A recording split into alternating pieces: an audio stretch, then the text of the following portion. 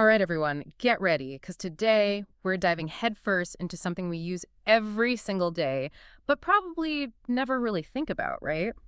Spoken English. Mm-hmm. We're going to pick apart why it sometimes feels like native speakers are speaking some kind of secret code, even when you think you get what they're saying. It's true. We kind of take our own language for granted. But good news is we can totally crack the code. That's where Keith comes in. He's this IELTS instructor with this insanely practical approach to understanding fast natural English.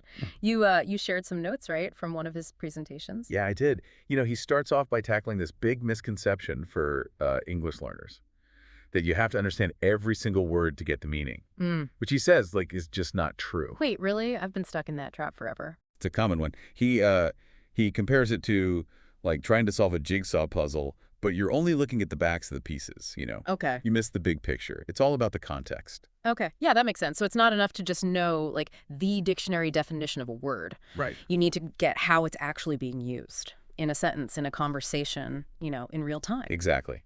He actually calls it the sound illusion, how sounds morph and disappear in natural speech. Makes it sound like a whole other language. Ooh. Do you have an example? Think about good day. It sounds like just one word, right? Have a day? D-day. Exactly. It totally does. Wild. I never realized that. And it's not just dropping letters. Sometimes sounds, they get linked up or even added in. Think about how go and often becomes gone. Going, yeah. So how do we, retrain our brains to hear these subtle but important differences? Well, Keith gives us 5 fantastic tools. He calls them the 5 essentials. They help us level up our listening comprehension. Okay, let's unpack these tools. What's the first one? Okay, so the first one is all about word stress. Word stress, okay.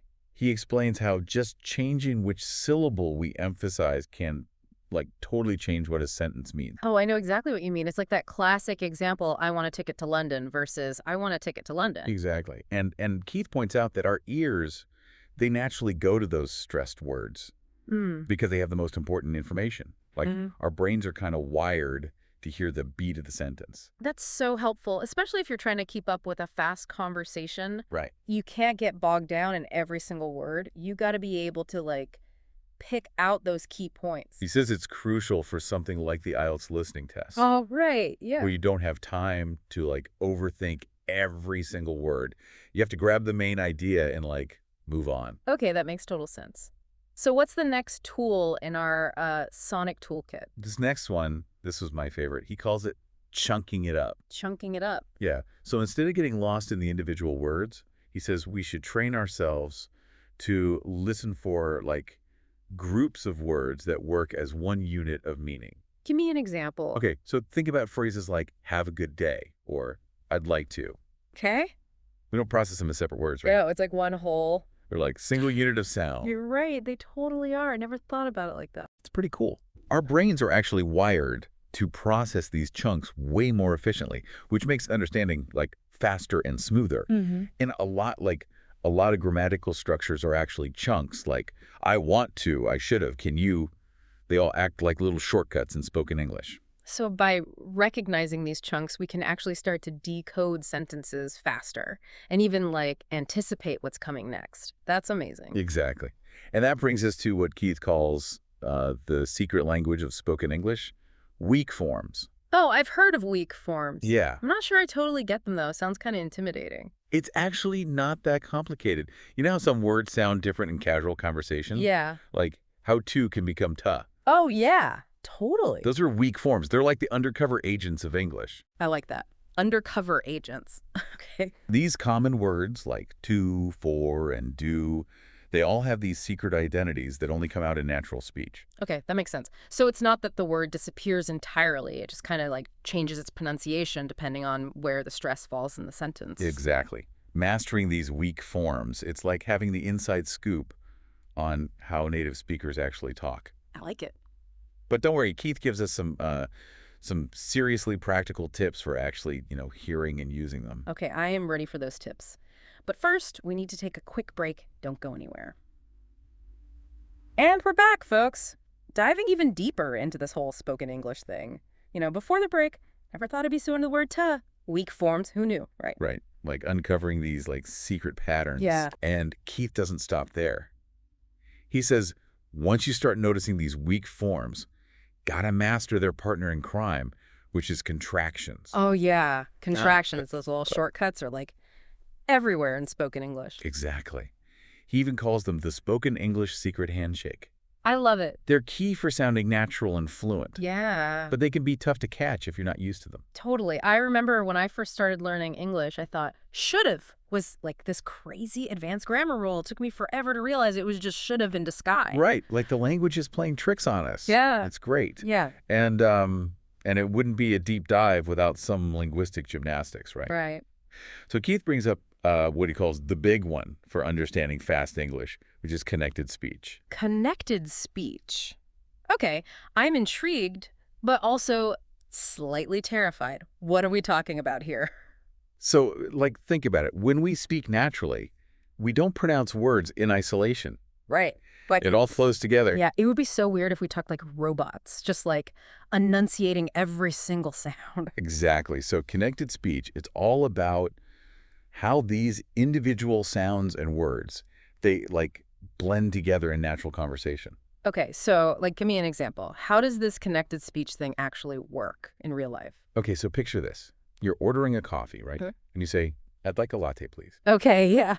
But in reality, it all kind of mushes together, right? Yeah.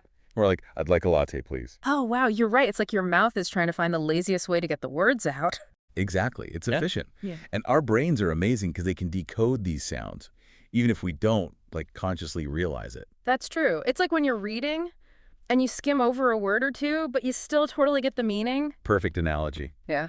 Yeah, our brains are constantly filling in the gaps, making inferences based on like context and what we hear. But knowing these rules of connected speech, it gives us a serious advantage. Okay. So this is all starting to make sense, but how do we actually get better at hearing these connected sounds? Especially when people talk fast. Practice. Okay. Practice, practice, practice. Keith recommends listening to short audio clips Yeah. and trying to write down exactly what you hear. Connected sounds and all. It's like a workout for your ears. And speaking of workouts, this deep dive has been a mental workout in the best way possible. It has. We've covered so much. Word stress, chunking, weak forms, contractions, connected speech.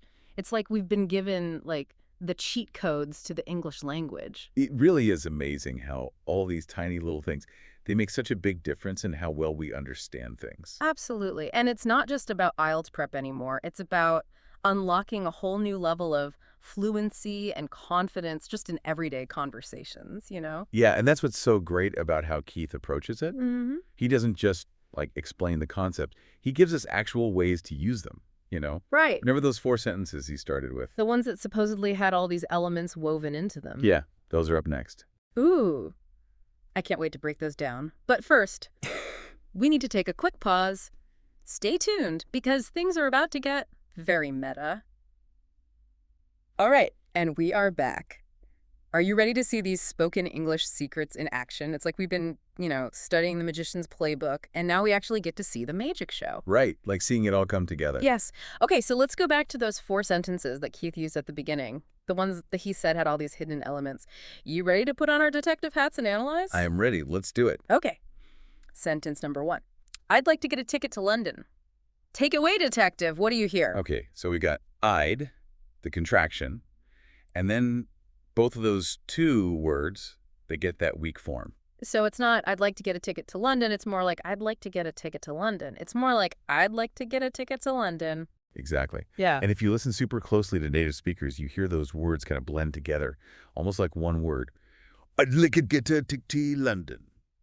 Wow, it's crazy. I mean, it's incredible how, our mouths just instinctively simplify these sounds when we speak naturally. Okay, what about sentence number 2? What was it again? Okay, sentence number 2 was, can you pay by cash? Now, if we think back to what Keith was saying about word stress, which words, jump out at you as the most important. Definitely pay and cash. Those are the, if you missed everything else, those are the 2 key things you need. Exactly. Our ears naturally go to those stressed syllables, which helps us make sense of it all really quickly. Okay, you ready for number 3? Yes, hit me with sentence number 3. All right, this one was good. You should have asked. I would have been happy to do it. Now, this one is like chock full of connected speech. Oh, yeah, it's a mouthful. Okay, Okay. let's break it down piece by piece. So, you should have asked. Okay, so should've's gonna become should've, that contraction we hear all the time. Right. And then there's that sneaky little asked at the end. Sneaky, yeah. Remember how Keith was talking about how those consonants at the end of words, they often blend into the vowel sound of the next word? Like, we do it without even thinking about it. So Yeah. asked basically turns into asked when it comes before that I. Okay, so we've got you should have asked. Got it. What about that second part? I would have been happy to do it. Oh man, more contractions. So would've, obviously. But then listen to how all those small words like been, to, even a second to in do it, they all get that weak form, they almost fade into the background. They totally do. It's amazing. I mean, how we don't even think about how much our pronunciation changes when we're just talking naturally. It's incredible. Okay, bring on the final sentence. I'm ready for this. Okay, last one. It's fine, I didn't want to trouble you. And this one is a great example of how we drop sounds in fast speech, especially those T sounds at the end of words. Okay, so it didn't becomes didn't, and want to becomes wanta. Exactly. Nailed it. And then just like we were talking about, all those words start linking up. Want to, trouble. It almost sounds like one word when you say it naturally. This is blowing my mind. It's like we're uncovering this secret code to a language that we've been speaking our entire lives, and we never even knew it. I know, it's amazing. And the best part is once you start to pick up on these patterns, the word stress, weak forms, the connected speech you unlock, like a whole new level of fluency. 100%. It's like I'm not just listening to English anymore. I'm really hearing it. All those little nuances, the shortcuts, everything. And that is the power of a good deep dive. I love it. Couldn't have said it better myself. So, to everyone listening, remember, language isn't about memorizing a bunch of rules. It's about tuning into how people actually talk. So go out there, listen closely, and don't be afraid to dive into those deep, fascinating waters of spoken English. That's it for our deep dive today. Until next time, stay curious.